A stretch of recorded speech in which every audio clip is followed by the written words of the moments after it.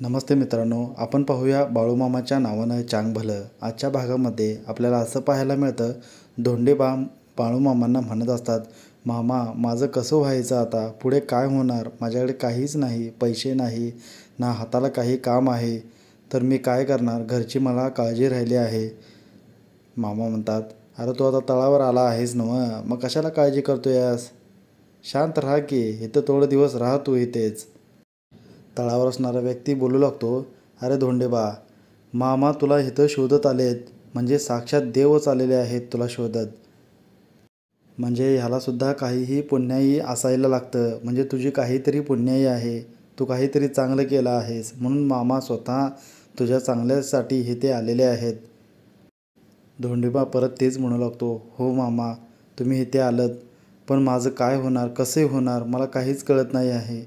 आणि मी इथे आलो आहे, पण मी घरच्यांनासुद्धा सांगितलं होतं की मामांना भेटून मी लगेच येईन घरी. घरी पण उपाशी असतील, ते काहीच खाल्ली नसतील. दत्तू सांगू लागतो, अरे धोंडेबा तू काय काळजी करतोयस, मामानं तुला सांगितलं आहे नव्ह, मग शांत राहा की. आणि तळावर सांगितले काहीतरी कारण असेल नव्ह याला, म्हणून तर मामा बोलल्यात तसे. पुढं मामा बोलू लागतात, हे बघ धोंडेबा तू आता इथं आलायस ना, मग काळजी करू नकोस, आता मी पाहून घेतो काय करायचं ते. धोंडेबा म्हणू लागतो, हो मामा मी आता इथेच थांबेन, मग तुम्ही सांगेल तोपर्यंत. पुढे आपण पाहतो, इकडे शेटजींच्या घरी बा सरलाला विचारू लागते, अरे चंदू आला होता नव्हे घरी, आणि कसे काय गेला बरं तो परत, आणि मला काही सांगितलंसुद्धा नाही, तुम्हीसुद्धा मला काही कल्पना देखील दिलेली नाही, आणि तो असेच निघून गेला. सरलासुद्धा सांगू लागते, हो ते आले आणि गेलेत, फार गडबडीत होते, घाईघाईमध्ये होते आणि ते निघून गेलेत, आम्हालासुद्धा कळालं नाही ते कधी गेलेत म्हणून. बा म्हणते, काहीतरी आहे का, काही लपवत आहे का माझ्यापासून, त्याला कसलं टेन्शन आलेलं आहे. आणि चंदू आजपर्यंत असं कधी गेलेला नाही, मला तो आल्यावर पहिला विचारायचा, बा तू कशी आहेस, तुझी तब्येत कशी आहे, काही खाल्लं की नाही, असे सर्व तो मला विचारत असतो. आणि आज न सांगता कसे काय गेला बरं तो, म्हणजेच नक्कीच काहीतरी त्याच्या मागे टेन्शन आहे, हे तुला चौकशी करून घ्यायला पाहिजे होतं, त्याच्याकडे लक्ष दे थोडं. आणि मला सांगा, माझ्या मागून काहीतरी तुम्ही लपवत आहात का, काय आहे ते सांगून टाका. आणि गोदा काय लपवत आहेस का सांग मला. गोदा म्हणते, मालकीनबाई मला याच्यामध्ये काय घेता बरं, मी काय केलं आहे आता. सरला सांगू लागते, मलाही काहीही माहीत नाही याच्याबद्दल, ते आलेत आणि फार घाईमध्ये होते, पण गेलेत कधी मला हेच कळालेलं नाही.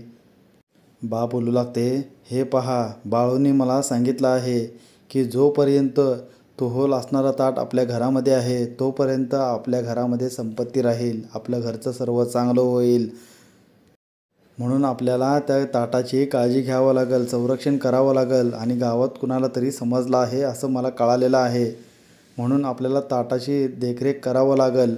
सरला म्हणते, अहो बा तुम्ही इतकं टेन्शन नका घेऊ आणि इतकं काळजीसुद्धा तुम्ही करू नका. बा सांगू लागते, हे पहा तू माझी काळजी नको करूस, तू चंदूची काळजी कर, त्याला काय टेन्शन आहे ते पहा.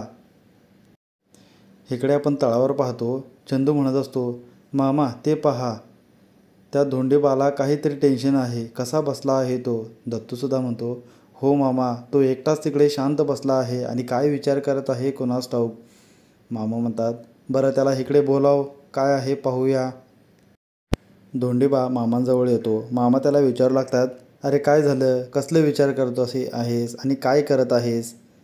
धोंडेबा सांगू लागतो, मामा मला जायचं होतं गावी, म्हणजेच मला घरला जायचं होतं, मला घरच्यांची काळजी लागली आहे, ते सुद्धा उपाशी असतील, काहीच खाल्लेले नसतील, आणि मला त्यांच्यासाठी काहीतरी न्यावं लागेल.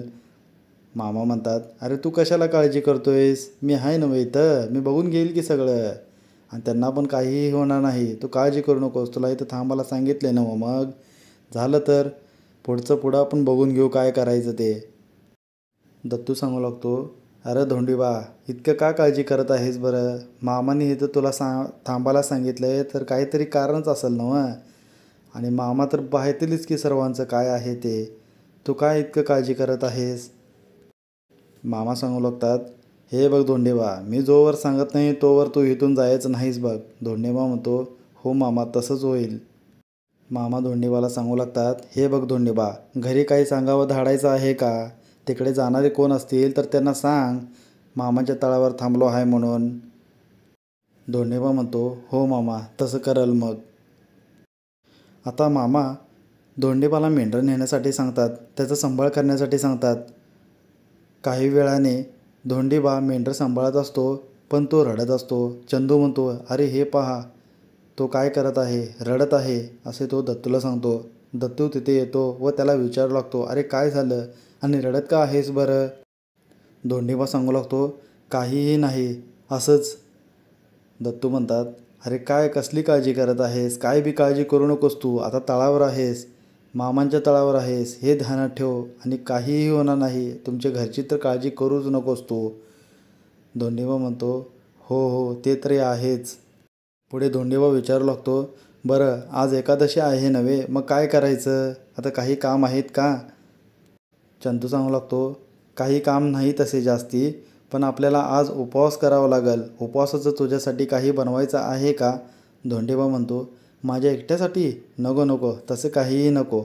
उपवास आज एक दिवस करायचंच आहे ना. ठीक आहे करूया ना मग. पुढे आपण पाहतो धोंडेबा मामांजवळ येतात.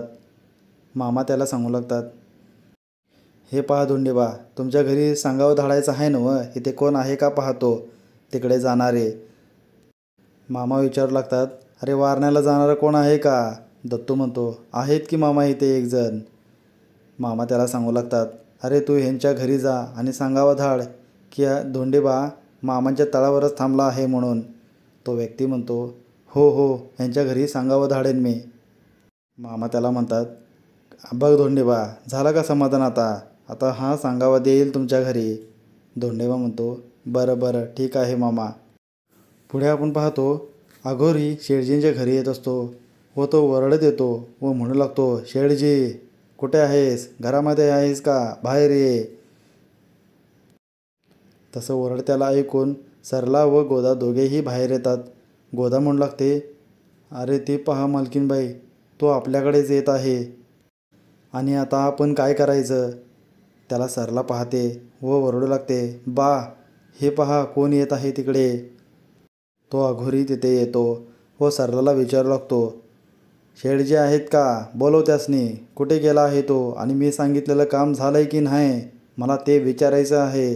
सरला सांगू लागते, ते आता इथे घरामध्ये नाही आहेत, तुम्ही निघून जावा, ते जेव्हा येतील तेव्हा तुम्ही ते या.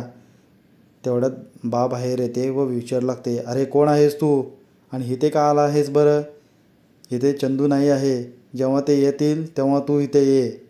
तो अघोरी सांगू लागतो, हे पहा मी एक काम सांगितलं होतं त्या शेठजींना, बाळूला तुमच्या घरामध्ये वाड्यामध्ये ठेवायचं नाही, त्याला बाहेर काढायचं असं सांगितलं होतं. कुठं आहे तो आणि माझ्यासमोर त्याला आत्ता उभं करा.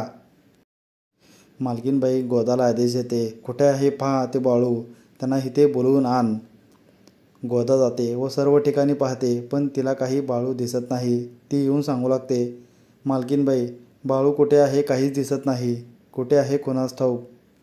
आता तो अघोरी बोलू लागतो, अरे मला घाबरून पळाला की काय? सरला सांगू लागते, तुम्ही आता निघा इथून, जेव्हा शेठजी येतील तेव्हाच तुम्ही इथे या. अघोरी म्हणतो, बरं बरं ठीक आहे, मी नंतरच्याला येईन इथे. तसे म्हणून तो अघोरी तिथून निघून जातो.